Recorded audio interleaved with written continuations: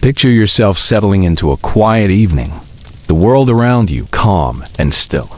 The day's worries are slipping away, and you're ready to drift into a different time, a different place. Tonight, we're setting sail into the age of sail, a world of creaking wooden ships, vast oceans, and the relentless rhythm of life at sea. This is not a tale of high adventure or swashbuckling heroics, but a slow, steady journey through the realities of a time when the sea was both a highway and a battleground. Our story unfolds aboard a Napoleonic warship, through the infamous mutiny on the HMS Bounty, into the sunken ruins of Port Royal, and finally into the privileged world of a naval captain. Each moment is woven with the textures, sounds, and struggles of the past, inviting you to relax, to listen, and perhaps to drift into sleep. Imagine yourself standing on the deck of a towering ship, the air thick with the scent of salt and tar, the horizon stretching endlessly before you. The sails snap gently in the wind, and the wooden planks beneath your feet groan with every swell of the sea. This is the world we'll explore together, starting with the daily life of an ordinary sailor in the Royal Navy, a life defined by hardship, routine, and the unyielding demands of the ocean. Let your mind settle into this rhythm. Let the details carry you back, and let the story unfold as gently as the waves. Imagine yourself standing on the weathered deck of a Royal Navy warship, sometime in the early 19th century. The year is 1805, and the ship, a hulking vessel of oak and iron, cuts through the waves of the Atlantic. The air is heavy with the briny tang of seawater, mingled with the sharp, acrid scent of tar that coats the ropes and seams of the deck. The sails above you creak and strain, their canvas weathered by months at sea, and the constant motion of the ship, a slow rolling sway, makes the horizon tilt gently before your eyes. This is your world now, a world of wood and water, where every day is shaped by the rhythm of the ship's bell, the shouts of officers, and the endless tasks that keep this floating fortress alive. Life as a sailor in the Royal Navy was not for the faint of heart. Your home is a ship, perhaps a 74-gun ship of the line, measuring some 180 feet long and 50 feet wide. Yet it feels impossibly small when shared with 500 or more souls. The deck is a chaotic maze of ropes, barrels, and cannon, and below, the ship is a labyrinth of dim, cramped spaces. You sleep in a hammock, slung inches from your neighbors, in a space called the mess deck. The air here is thick, heavy with the smell of unwashed bodies, damp wool, and the faint, sour odor of bilge water seeping up from the ship's lowest reaches. The hammocks sway with the ship's motion, and the creaking of the hull is a constant companion, a reminder that only a few feet of oak separate you from the cold, fathomless depths below. Your day begins before dawn, roused by the shrill whistle of the bosun's call. The deck is already alive with activity as you stumble from your hammock, your bare feet touching the cold, damp planks. The air carries a chill, even in warmer waters, and the ever-present dampness clings to your clothes. Breakfast is a simple affair, served in the mess where you sit shoulder to shoulder with your messmates. The meal might be a biscuit hard as stone and often speckled with weevils, paired with a watery porridge called burgoo, made from oats and flavored with a scrap of salt pork. The pork is tough, its fat glistening in the dim light of a lantern, and the taste is salty, almost metallic after months in a barrel. Fresh water is rationed carefully, often cloudy with sediment or tinged with the woody flavor of the casks. You learn to eat quickly, to ignore the grit between your teeth, because there is work to be done. The work is relentless, a cycle of tasks that never truly ends. The ship is a living thing, demanding constant care. You might be sent aloft to the rigging, climbing ropes that burn your hands and sway dizzyingly above the deck.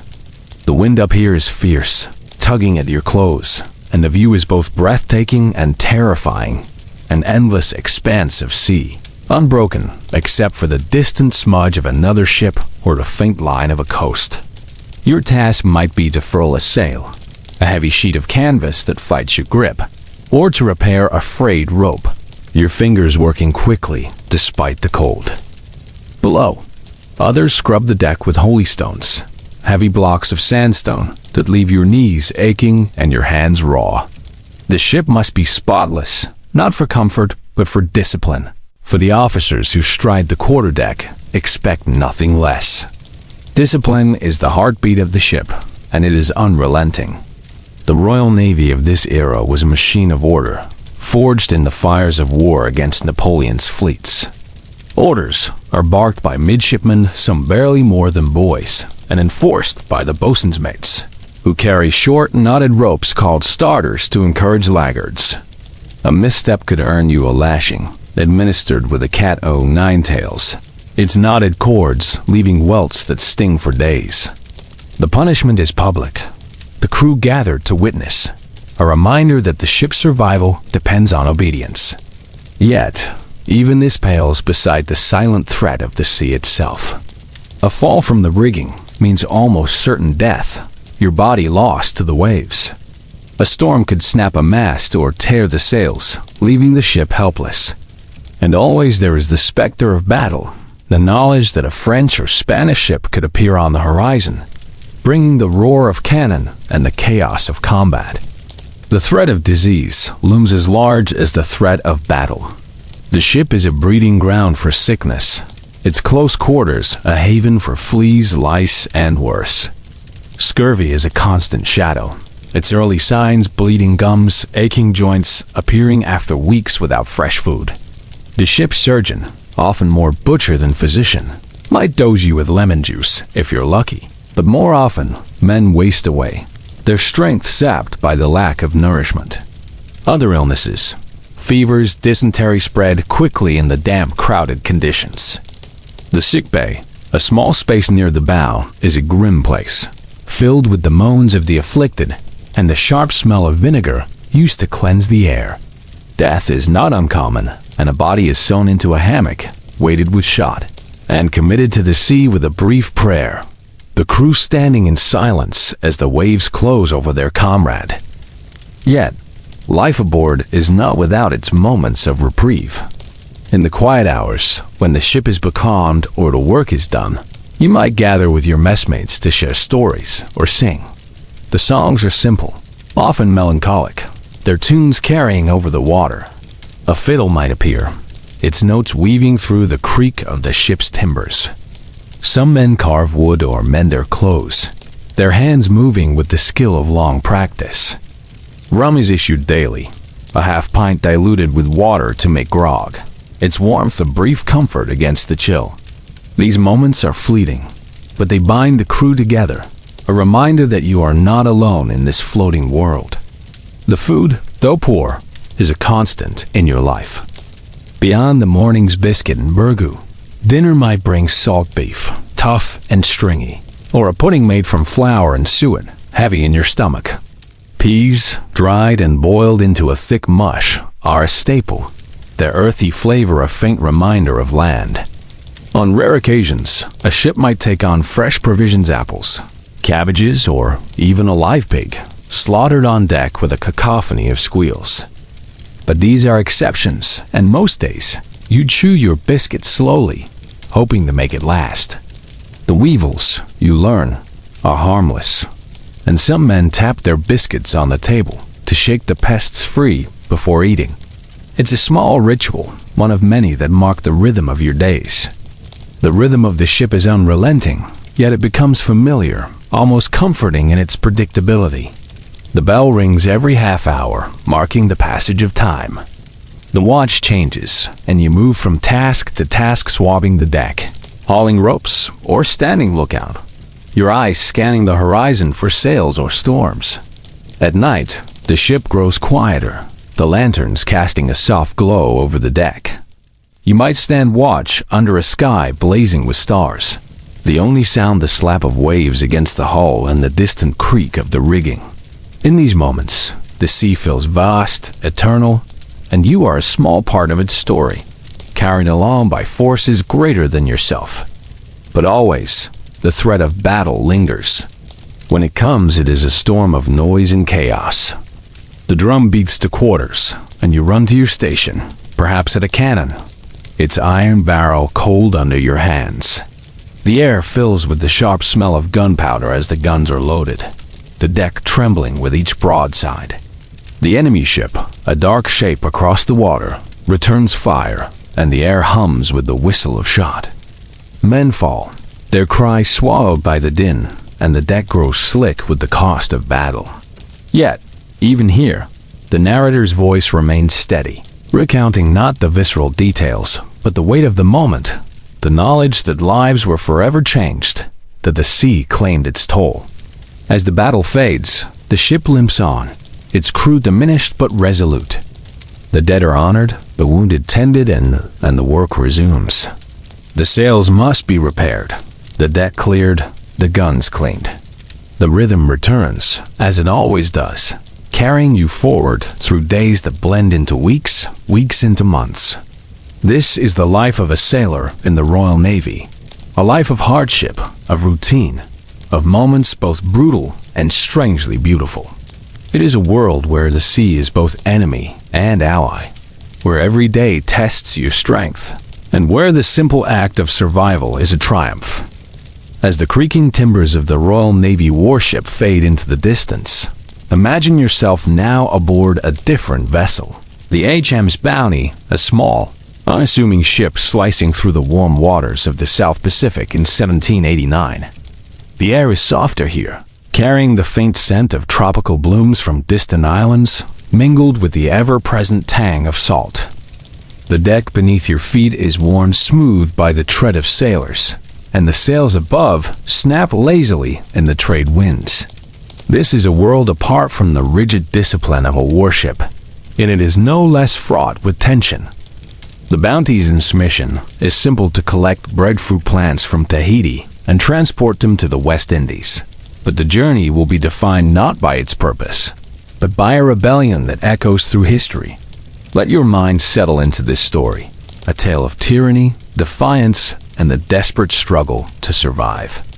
The Bounty is a modest ship, just 90 feet long, with a crew of 46 men packed into its cramped quarters. You are among them, perhaps a young, able seaman, your days filled with the familiar tasks of hauling ropes, scrubbing decks, and tending the sails. The air below deck is heavy, thick with the smell of tar and damp canvas, and the hammock swayed gently with the ship's motion. But it is not the work or the confines that weigh on you most. It is the presence of the ship's commander, Lieutenant William Bligh. His voice, sharp and unyielding, cuts through the hum of shipboard life, and his temper is a storm that can erupt without warning. Bligh is a skilled navigator, a man who sailed with Captain Cook, but his leadership is a blade that divides the crew. Bligh's rule is strict, his expectations unrelenting. He demands precision in every task, from the coiling of ropes to the timing of the watch. A misstep earns a tongue lashing, delivered in a voice that carries across the deck, or worse, a punishment. Floggings are common, the crack of the cat o' nine tails, a grim reminder of his authority. The food, though better than on many ships, thanks to the tropical abundance of Tahiti, is tightly rationed, and Bligh's obsession with economy grates on the crew. You might overhear whispers of stolen coconuts or missing provisions, accusations that fuel his mistrust. The crew's resentment simmers, a quiet undercurrent beneath the rhythm of their work. Among the men, one stands out: Fletcher Christian, the acting lieutenant and Bligh's second in command. Christian is a man of 24, tall and dark-haired, with a bearing that speaks of both confidence and sensitivity. He is well-liked, his calm demeanor a contrast to Bligh's volatility. You might see him speaking quietly with the men, sharing a smile or a kind word, but his face grows tense when Bligh's orders grow harsh. Christian's position is precarious, caught between loyalty to his captain and the growing discontent of the crew. The tension between the two men is palpable, a fault line running through the ship's fragile harmony. The Bounty's journey began in 1787, departing England for Tahiti, a voyage of nearly a year across stormy seas. Tahiti, when you finally arrived, was a paradise, a lush island of green hills, clear streams, and warm, welcoming people. For 5 months, the crew lived among the Tahitians, collecting breadfruit plants and basking in the island's abundance. The men formed bonds, some falling in love, their hearts tethered to the island even as the ship prepared to depart. The contrast between Tahiti's freedom and the ship as discipline sharpened the crew as discontent. And when the Bounty sailed away in April 1789, the seeds of rebellion were already sown. Now, imagine yourself on the deck in the pre-dawn hours of April 28, 1789, near the island of Tonga. The sea is calm, the stars fading as the sky lightens. The ship is quiet, save for the creak of the rigging and the soft slap of waves. Suddenly, there is movement swift, purposeful. Fletcher Christian, his face set with determination, leads a group of armed men. They move with quiet resolve, their footsteps muffled on the deck. You might stir from your hammock, sensing the shift in the air, only to find yourself face to face with a musket. The mutiny has begun. Christian and his followers storm Bligh's cabin, dragging him from his bed. Bligh, clad only in his nightshirt, protests fiercely, his voice a mix of rage and disbelief. He is bound and brought to the deck, where the mutineers declare their intent. They will no longer serve under his command.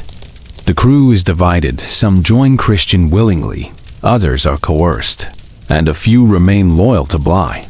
You might stand among them, your heart pounding, unsure of your place in this upheaval. The ship is alive with shouts and confusion, yet Christian's voice cuts through, steady and commanding. The mutineers lower a 23-foot launch, a small open boat, and begin loading it with supplies, biscuits, water, a few tools, and a quadrant for navigation. Bligh and 18 loyalists are forced into the launch, their faces etched with fear and defiance. The boat is perilously overloaded, sitting low in the water, yet Bligh's resolve is unbroken. As the Bounty pulls away, the mutineers jeer, but Bligh's voice carries over the waves, vowing to survive and bring them to justice. The launch disappears into the vastness of the Pacific, a speck against the endless sea. For those left aboard the Bounty, the mutiny is a moment of triumph, but also of uncertainty. The ship is theirs, but at what cost? For Bligh and his men, the journey that follows is a test of endurance beyond imagining. The launch, cramped and exposed, offers no shelter from the sun or the sudden squalls that churn the sea. The men huddle together, their clothes sodden, their skin blistered by salt and sun. Bligh rations the food with ruthless precision, a morsel of biscuit, a sip of water, shared daily under his watchful eye. The sea is both their prison and their path, its waves a constant threat. Hunger gnaws at them, their bodies weakening, yet Bligh's leadership holds them together. He navigates by the stars, his quadrant and memory guiding them toward distant lands. The journey stretches over 3,500 nautical miles, a grueling 47 days across the Pacific. They skirt hostile islands, where warriors in canoes threaten their fragile boat. Storms batter them, the launch nearly swamped by towering waves. At times, they land briefly, scavenging for oysters or birds, but these moments are fleeting. Bligh's log, written in faint pencil, records their suffering, their gaunt faces, their whispered prayers, their moments of despair. Yet, he keeps them focused, his voice a steady anchor in the chaos. On June 14, 1789, they reach Timor, a Dutch settlement, their bodies emaciated but alive. The journey is a triumph of human will, a testament to Bligh's skill and determination. Back on the Bounty, Christian and the mutineers face their own trials. Freedom is fleeting, for they are now hunted men, their names branded as traitors. Christian sets a course for Tahiti, knowing they cannot stay long. Some mutineers choose to remain, blending into the island's life, while Christian and 8 others, along with several Tahitians, sail on. They seek a haven beyond the reach of the Royal Navy, a place to build a new life. Their journey leads them to Pitcairn Island, a remote speck in the Pacific, uninhabited and hidden by steep cliffs. Here, they burn the Bounty, its timbers crackling as the ship that carried them to freedom becomes ash. The act is final, a severance from the world they knew. Life on Pitcairn is harsh, a struggle to carve a home from the wilderness. Tensions rise among the mutineers, fueled by isolation and disputes over land and love. Conflicts with the Tahitians erupt, and violence claims lives, including Christians, though his fate remains shrouded in mystery. Some say he was killed in a dispute, others that he lived on in secret. The community dwindles, yet it endures, its descendants still living on Pitcairn today, a living echo of the mutiny. For those left in Tahiti, the story ends differently. In 1791, the Royal Navy ship Pandora arrives, its mission to hunt the mutineers. 14 are captured, some innocent of the mutiny but guilty by association. They are confined in a cramped cage on the Pandora's deck, dubbed Pandora's Box, their bodies battered by heat and storms. The ship strikes a reef, sinking with loss of life, but some mutineers survive, only to face trial in England. A few are hanged, their lives snuffed out as a warning to others, while others are pardoned, their stories fading into obscurity. The mutiny on the Bounty is a story of human limits of tyranny that pushes men to rebellion, of survival against impossible odds, of choices that ripple across generations. Bligh, despite his survival, is forever marked by the mutiny, his name synonymous with cruelty, though his navigational feat is unparalleled. Christian, the reluctant rebel, becomes a figure of myth, his motives debated by historians. The men who followed them, whether loyal or defiant, are bound by the sea, their lives shaped by its vast, unyielding embrace. As the story of the Bounty settles, imagine yourself back on the deck, the ship now a ghost, its sails silent. The sea stretches before you, a mirror of stars, and the air is soft, warm, inviting you to drift. The tale of the mutiny is complete, but our journey continues, diving now into a different world, one of sunken cities and hidden treasures, where the past lies preserved beneath the waves. Picture yourself now standing on a quiet shore, the warm Caribbean sun on your face, the turquoise waters of Jamaica's Kingston Harbor lapping gently at your feet. The year is 1692, and before you lies Port Royal, a bustling, chaotic city perched on a sandy spit of land, its wooden buildings crowded with merchants, sailors, and rogues. The air is thick with the scent of spices, rum, and the faint briny tang of the sea. Ships bob in the harbor, their masts a forest against the sky, while the sounds of laughter, haggling, and clinking tankards spill from taverns. This is Port Royal, once called the wickedest city on earth, a haven for pirates, privateers, and those who lived beyond the law. But in a single moment, much of this world would vanish beneath the waves, preserved like a time capsule for centuries to come. Let your mind drift into this story, a tale of a city lost and the secrets uncovered by those who seek its past. Port Royal was a paradox, a place of wealth and wickedness, thriving in the heart of the 17th century Caribbean. Imagine yourself walking its narrow streets, the ground soft and sandy beneath your feet. The buildings are a jumble of timber and brick, some grand with gabled roofs, others little more than shacks. The air carries the sharp smell of tobacco smoke, mingled with the earthy aroma of freshly unloaded cacao and the sweet tang of molasses barrels stacked along the docks. Taverns line the waterfront, their signs creaking in the breeze, offering names like the Three Crowns or the Mermaid. Inside, you hear the murmur of voices, English, Spanish, mingled with the clatter of dice and the strum of a guitar. This is a city alive, pulsing with trade and temptation. Port Royal owed its prosperity to the sea, a hub for England's colonial ambitions and the spoils of privateering. Ships arrived laden with sugar, indigo, and silver, much of it plundered from Spanish galleons by men like Henry Morgan. the infamous privateer turned governor. The city's markets brimmed with good silks from the East, wines from Europe, and gold coins stamped with foreign crests. Yet, beneath the wealth lay a darker current. Enslaved Africans toiled on the docks and in the sugar plantations beyond. There lives a stark contrast to the opulence of the merchants' homes.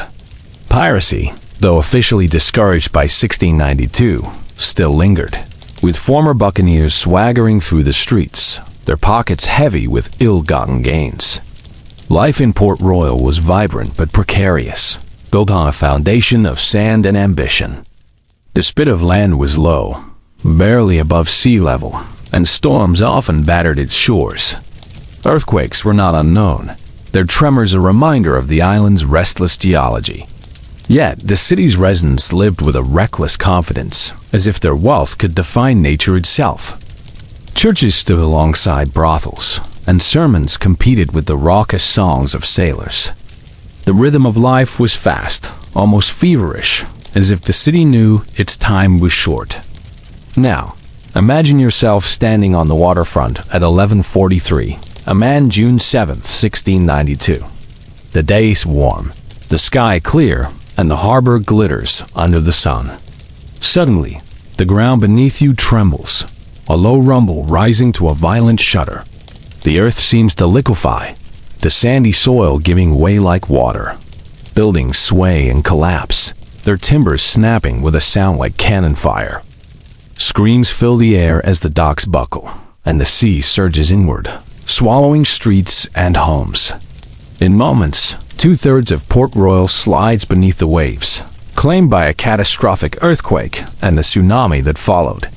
The city's heart is gone, its survivors left in shock amid the ruins. The disaster was swift and merciless, claiming over 2,000 lives and leaving the survivors to grapple with a shattered world. The sea became a graveyard, its depths hiding homes, shops, and the remnants of a fleeting empire.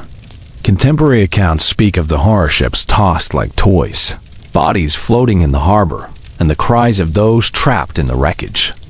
Yet, even in its destruction, Port Royal's story was not over.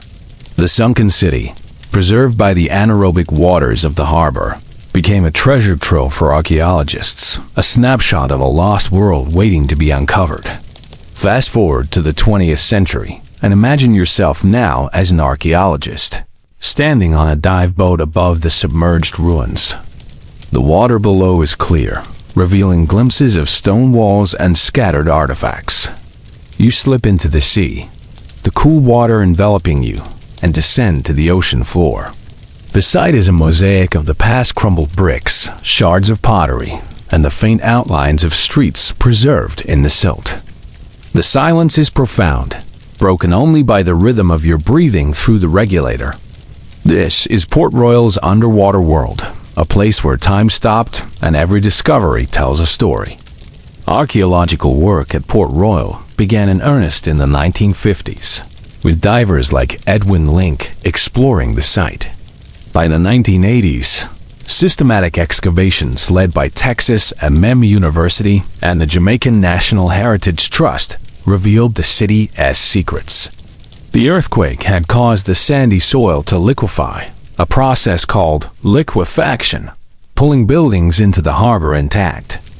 The lack of oxygen in the water preserved organic materials, wood, leather, even food, offering a rare glimpse into 17th century life.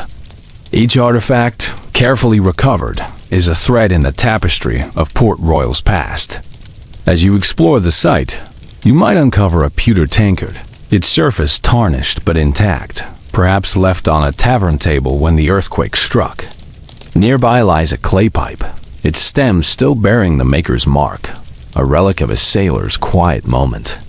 The silt yields more glass bottles, their corks still sealed, containing traces of wine or rum, a wooden comb, its teeth worn from use, and a brass pocket watch, its hands frozen at the moment the city fell. These objects are intimate, human, each one a connection to the lives that filled Port Royal streets. The buildings themselves tell a larger story. Divers have mapped taverns, warehouses, and homes, their walls standing like ghosts in the water. One structure, known as the sunken kitchen, revealed a hearth with pots still in place, as if a meal was being prepared when disaster struck. Another site, a merchant's house, yielded silver coins and Chinese porcelain, evidence of Port Royal's global trade. The artifacts paint a picture of a cosmopolitan city, where European ambitions met Caribbean realities, and where wealth flowed as freely as rum. Yet, not all discoveries are of luxury. The site also holds evidence of hardship iron manacles, a grim reminder of the enslaved people who built and sustained the city. Animal bones, from cattle and fish, speak of the diet that fed its residents, while seeds and fruit pits hint at the tropical abundance that drew ships to its docks. The archaeology of Port Royal is a balance of opulence and struggle, a reflection of the city as dual nature, as both a glittering prize and a place of exploitation. The work of uncovering Port Royal is slow, meticulous, and ongoing. Divers must navigate murky waters and shifting currents, their movements careful to avoid disturbing the fragile site. Artifacts are brought to the surface, cleaned, and studied, each one adding to the story. The Jamaican government protects the site, recognizing its cultural and historical value, and some artifacts are displayed in museums, their quiet presence a testament to the city's legacy. Yet, much of Port Royal remains underwater, its secrets still hidden, waiting for future generations to explore. The sunken city is more than a collection of objects. It is a window into a world that shaped the age of sail. Port Royal was a crossroads, where pirates and governors, merchants and enslaved people crossed paths. Its destruction was a turning point, marking the decline of unchecked privateering and the rise of more regulated colonial rule.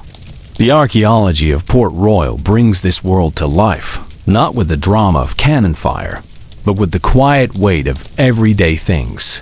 A spoon, a shoe, a shard of glass, each one carrying the echo of a life.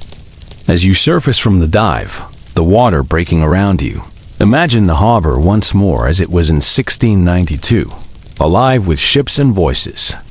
The city is gone, but its story lingers, preserved in the silt and sand. The sun sets over the water, casting a golden glow, and the air is soft, inviting you to rest.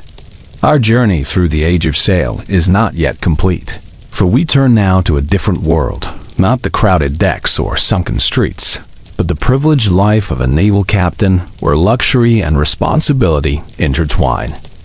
Imagine yourself now stepping away from the sunken ruins of Port Royal, the warm Caribbean waters fading as you ascend a polished wooden ladder onto the quarterdeck of a Royal Navy warship in the year 1805. The air is crisp, carrying the familiar scent of salt and tar.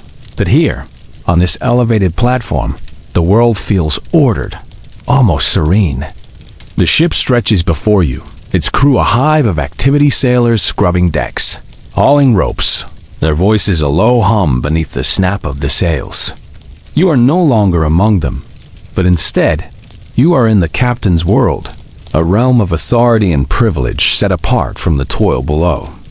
The polished wood gleams under your feet, and behind you lies the captain's cabin, a sanctuary of comfort in a wooden fortress.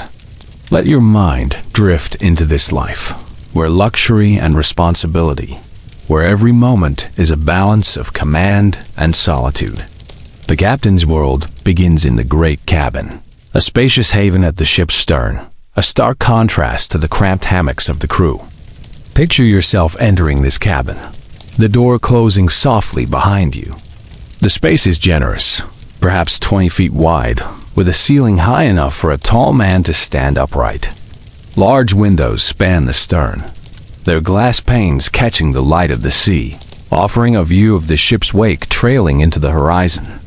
The air is fresher here, free from the damp, crowded odor of the lower decks, and carries a faint scent of polished wood and beeswax. The cabin is furnished with elegance, a mahogany table, its surface gleaming, flanked by chairs upholstered in green baize, a desk cluttered with charts, a quill and an inkpot, and a cot neatly made with linens far softer than the crew's canvas hammocks. This cabin is both office and home, a reflection of the captain's status. You might notice personal touches. A bookshelf holding volumes of navigation or history, their leather bindings worn from use. A silver candlestick, its flame casting a warm glow. Or a portrait of a wife or child, a quiet reminder of a distant life. The captain's belongings are carefully stowed his sea chest. Locked and sturdy, contains clothes, a dress uniform, and perhaps a few keepsakes. A decanter of wine or brandy sits on a sideboard, its crystal catching the light, a luxury unimaginable to the sailors below. The cabin is a world apart, a place where the captain can retreat from the relentless demands of command. Yet, this privilege comes with immense responsibility. The captain is the ship's heart, his decisions shaping the lives of hundreds. Imagine yourself seated at the desk, a chart spread before you, its lines tracing coasts and currents. The ship is yours to navigate, a task requiring skill honed over years. You consult the quadrant, plot the course, and adjust for wind and tide, your calculations precise to avoid shoals or storms. The sea is vast, its moods unpredictable, and a single error could doom the ship. The crew depends on your judgment, from the midshipmen, young officers in training to the lowly seamen. Your word is law, your orders carried out without question, yet the weight of those orders is yours alone. Discipline is your tool, and you wield it with care. The Royal Navy demands order, and you enforce it through a chain of command. You might walk the quarterdeck, your cocked hat shading your eyes, observing the crew at work. A nod to the first lieutenant signals approval. A sharp word corrects a lapse. Punishments, when needed, are ordered with a steady voice floggings for drunkenness or insubordination, though you know their cost in morale. The crew respects you, perhaps fears you, but you maintain a distance, a necessary barrier between captain and men. Familiarity breeds weakness, and weakness could fracture the ship's fragile unity. Your day is structured, a rhythm as steady as the ship's bell. You rise early, dressed in a blue coat with gold epaulets, and breakfast alone or with officers, perhaps fresh eggs from the ship's hens, bread and coffee, a meal far richer than the crew's biscuit and gruel. You inspect the ship daily, walking the decks to check sails, guns, and stores. The bosun reports on repairs, the purser on provisions, and you listen, your mind weighing their words. Meetings with lieutenants fill your hours, discussing tactics, drills, or the distant threat of an enemy fleet. At night, you return to the cabin, your logbook open, recording the day's course, weather, and events in a neat hand. The ship never sleeps, and neither, it seems, do you. Yet, there are moments of reprieve, and they center on the captain's table. Imagine yourself hosting dinner, the mahogany table set with silver and china, a rare luxury at sea. Your guests are the lieutenants, perhaps a midshipman or two, their faces scrubbed and uniforms pressed. The meal is lavish by shipboard standards, roast fowl, preserved vegetables, and wine from your personal stores. The conversation is polite, touching on navigation, literature, or news from home, though you steer clear of politics or personal matters. The etiquette is strict, a microcosm of the Navy's hierarchy, and your presence sets the tone. These dinners are more than meals. They are a ritual, reinforcing bonds among officers and affirming your authority. The captain's life is not without its trials. Loneliness is a constant companion. The cabin's silence a stark contrast to the crew's camaraderie. You carry the burden of command alone, your doubts hidden behind a composed facade. The sea tests you, storms that tear sails, calms that strand the ship, or the sudden sight of enemy sails on the horizon. Battle, when it comes, is your crucible.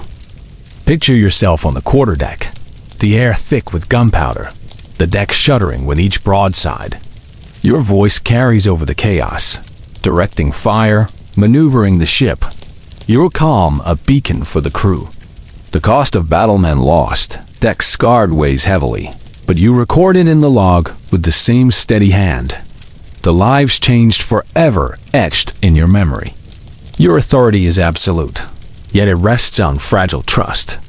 The crew's loyalty is earned through competence, not fear. A captain like Nelson, revered for his victories, inspired devotion. Others, like Bligh, sowed discord. You strive for balance, knowing a mutiny could shatter the ship's order. Your officers are your allies, but even they watch for weakness. The Navy's gaze is ever present, your actions judged by admirals and courts-martial. Success brings promotion, perhaps a knighthood. Failure could mean disgrace or death. The captain's world is one of contrasts, luxury amid hardship, solitude amid crowds, power tempered by duty. The cabin is your refuge, its windows framing a sea that is both your domain and your adversary. As you stand there, the ship rolling gently beneath you, the horizon stretches endlessly, a reminder of the journey's vastness. This life, privileged yet perilous, is the pinnacle of the age of sail, a role that shapes not just a ship, but an era. As the captain's cabin fades, imagine yourself now back in the present, the gentle creak of the ship replaced by the quiet of your own space. The age of sail lingers in your mind, a world of wooden walls, endless seas, and lives shaped by the rhythm of the waves. We've walked the decks of a sailor's hardship, sailed through the rebellion of the Bounty, explored the sunken streets of Port Royal, and stood in the privileged shoes of a naval captain. Each story is a thread in the tapestry of a time when the sea was both a frontier and a forge, testing the limits of human endurance and ambition. The past feels distant now, its struggles and triumphs softened by time. Yet, as you lie here, the echoes of those lives remain a sailor's song, a mutineer's cry, the clink of treasure from a sunken city, the quiet command of a captain. They remind you of the resilience woven into history, the quiet strength that carried men and women through storms and silences. Now, let those echoes fade. Let the seas lull you into calm. The ship sails on in your dreams, its sails catching the stars, but you are here, at rest. The world soft and still around you. Close your eyes, breathe deeply, and let the tide of sleep carry you gently away.